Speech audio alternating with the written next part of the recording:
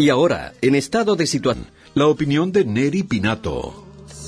Cerca de las mías. 1972 había comenzado con cambios profundos en el liderazgo del MLN Tupamaros.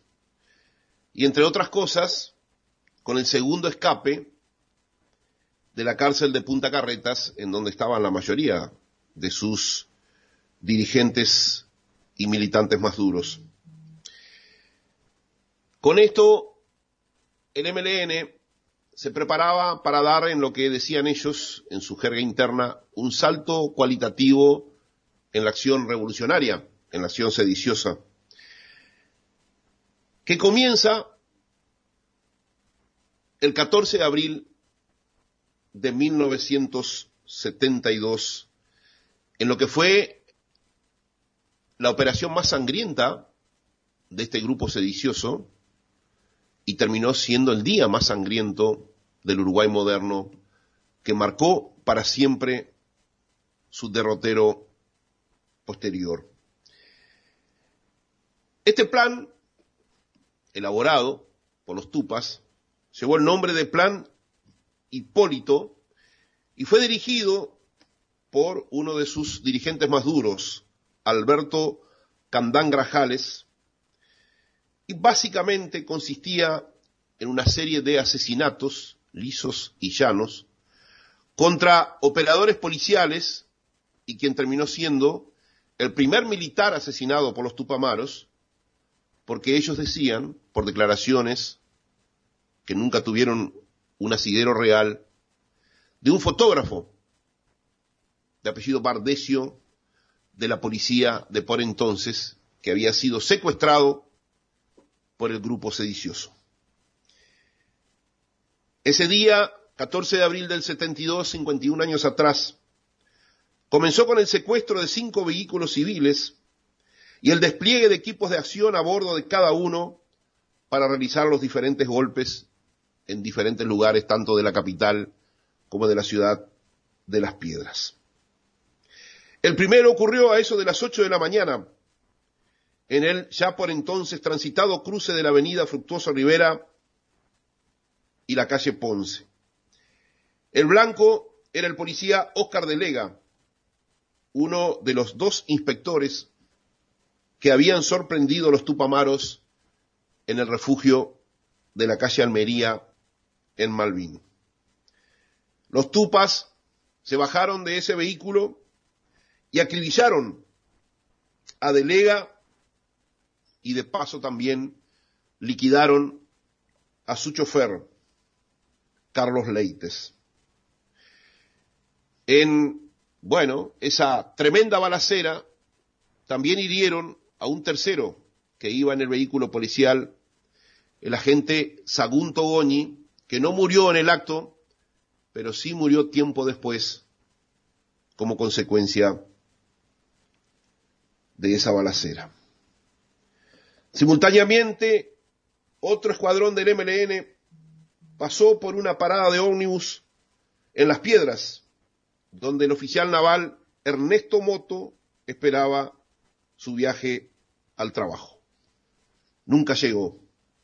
Fue asesinado a sangre y fuego por los Tupas y pasó así a tener el triste privilegio de ser la primera víctima militar del conflicto. Pero había más objetivos en el Plan Hipólito. Durante esa mañana del 14 de abril de 1972, francotiradores del MLN se introdujeron en una iglesia ubicada casi exactamente en el punto de mayor actividad laboral de Montevideo, en la zona del Gaucho, ahí en Constituyente y 18, y desde ese lugar, desde el campanario de la iglesia, y comandados por el hoy periodista de Brecha Samuel Blixen, dispararon sus AR-15 y mataron al profesor Armando Acosta y Lara en el momento en que se despedía de su esposa en el umbral de la puerta de su casa, y murió en los brazos de su mujer. También tenían como blanco a un empresario llamado Miguel Sofía, Tiempo después fue dueño de FM del Plata y de Gardel FM, ya mucho más acá en el tiempo, recordarán ustedes, al que también Bardecio lo implicaba como integrante de un presunto escuadrón de la muerte. Un equipo de asesinato constituido por los tupamaros Norma Pagliaro y Nicolás Grob tenía como tarea matarlo. Pero alguien lo alertó a Miguel Sofía de la presencia de 2 vehículos con personas armadas adentro, próximo a su casa.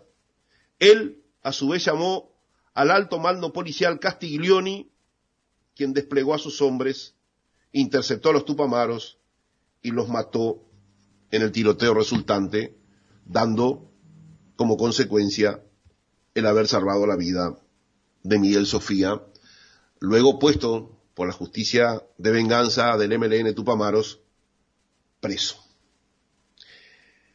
Siempre hasta hoy, los tupas han afirmado que estos blancos eran integrantes de ese escuadrón de la muerte parapolicial. Y en su propaganda permanentemente afirmaron que el plan Hipólito era parte de la imposición definitiva en el imaginario colectivo de los uruguayos de por entonces, de que nuestro país tenía un doble poder, el que ejercía el poder político con el presidente Juan María Bordaberry y el de ellos. Y esa terrible y sangrienta mañana buscaba, amén de un plan de venganza y castigo, generar en la opinión pública uruguaya la sensación de ese doble poder. Pero el día no terminó ahí, porque cerca del mediodía las fuerzas policiales ayudadas por fuerzas militares empezaron a reaccionar. Lo primero que atacaron en pleno Malvin, Amazonas 1440, una casa, los que quieren ir a conocerla, que aún existe, una casa hoy de color amarillo, la conozco perfectamente porque en mi casa Malvin queda a 3 o 4 cuadras de ahí. Fue el primer asalto de las fuerzas en conjunto. Esa casa de la calle Amazonas era del escribano y militante del MLN Luis Martirena, de quien también se dice que era un infiltrado a modo de agente cubano. La policía y el ejército habían rodeado esa propiedad y después de que sus ocupantes parecieran no rendirse, el allanamiento y el tiroteo ocurrió de manera muy veloz. Los dueños de la casa fueron sumariamente acribillados y la policía, incluyendo altos oficiales como Víctor Castiglioni y Hugo Campos, terminó irrumpiendo en el lugar. La sorpresa que se llevaron fue que una bala pegó en el techo, que en realidad ocultaba una especie de escondrijo en donde se encontraba nada más y nada menos que uno de los principales dirigentes del MLN, llamado Eleuterio Fernández Huidobro. ¿Cómo se enteraron? Porque bueno, esa bala hirió o a Fernández Huidobro o a Cámpora, que era el otro que se encontraba ahí, y la sangre de uno de ellos comenzó a caer desde el techo, y eso fue que alertó a las fuerzas atacantes. Pero la calle Amazonas no fue la única atacada esa mañana, esa tarde terrible del 14 de abril de 1972.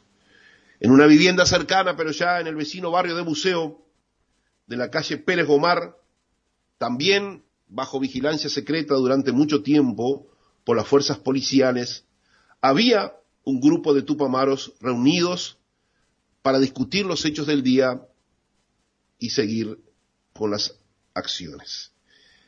Cuando las fuerzas policiales asaltan a esta casa de la calle Pérez Gomar, se encuentra con justamente el ideólogo del plan Hipólito, Alberto Candán Grajales, Armando Blanco Catraz y Gabriel Schroeder.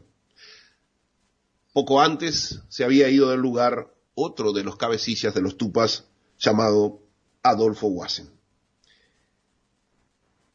Estos primeros que nombré cayeron en el tiroteo,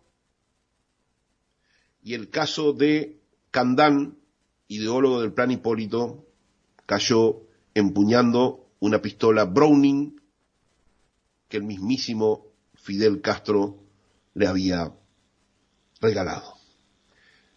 Ese 14 de abril, el día más violento del Uruguay moderno, cambió nuestro país para siempre. Al otro día, el Parlamento, sin el voto de los legisladores del Frente Amplio, acordaba el estado de guerra interno y habilitaba a las Fuerzas Armadas a ayudar a la policía en la pelea contra estos grupos sediciosos. En poco más de 5 meses los barrieron militarmente. Para terminar este informe sobre ese dramático 14 de abril de 1972,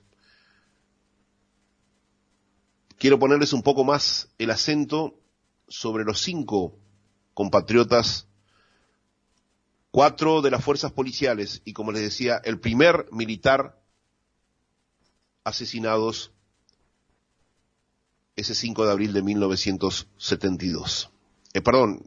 3 de las fuerzas policiales, un militar y un civil, como fue el profesor Armando Acosta y Lara, como les dije, asesinado desde la iglesia metodista central que quedaba frente a su domicilio en la calle Constituyente, casi El Gaucho, que estos sediciosos habían copado momentos antes para ejecutar su frío plan. Lo asesinaron al salir de su casa con una ráfaga de ametralladora AR-15 y también hirieron de gravedad a su esposa y a un custodia. ¿De qué lo culpaban al profesor Acosta y Lara? Seguramente porque había sido presidente de educación secundaria, interventor de la realidad de aquel entonces de la educación, y había luchado incansablemente, según sus propias palabras, contra el permanente adoctrinamiento subversivo que reciben los alumnos en las asambleas estudiantiles. Cualquier parecido con lo que pasa en estos tiempos no es casualidad.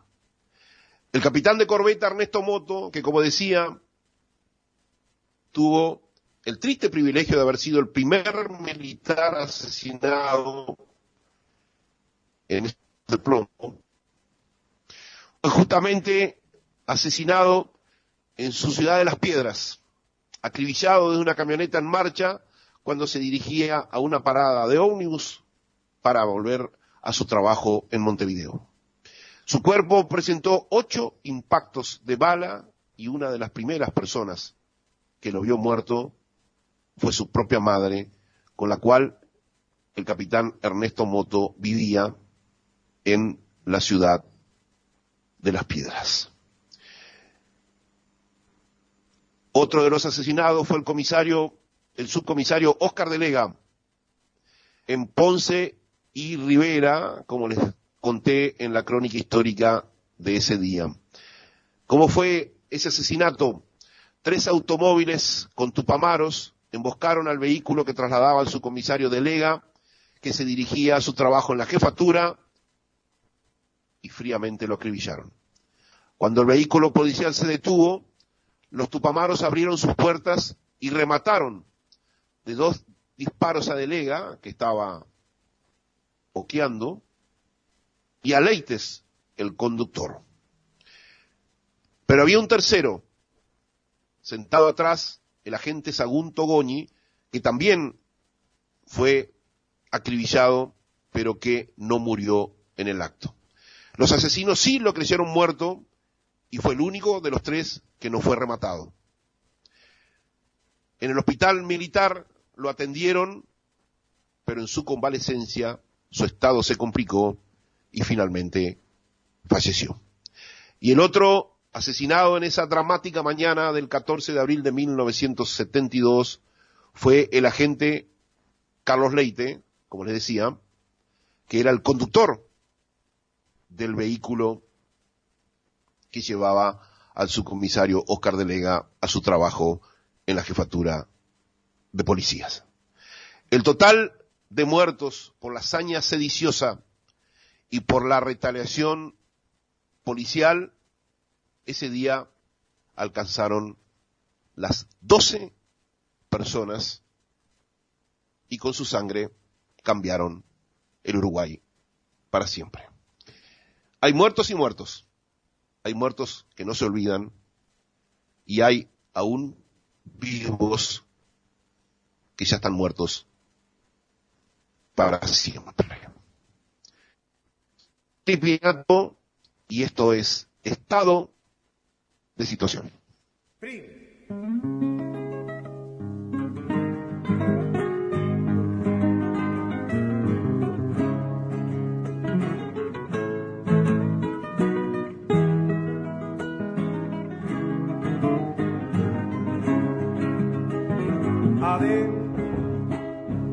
Pintada con acuarela en una hoja de papel, aunque muy humilde eras, mi primer bandera nunca te olvidé. Aunque muy humilde eras, mi primer bandera nunca te olvidé. Pasando el tiempo y serte fiel yo juré, al hacer mi juramento un beso del viento te hizo estremecer. Al hacer mi juramento un beso del viento te hizo estremecer. A la vuelta. Yo creo en ti, bandera mía. Yo creo en ti, yo creo en ti. Por verte libre y siempre erguida, quiero vivir, quiero morir. Yo creo en ti, bandera mía. Yo creo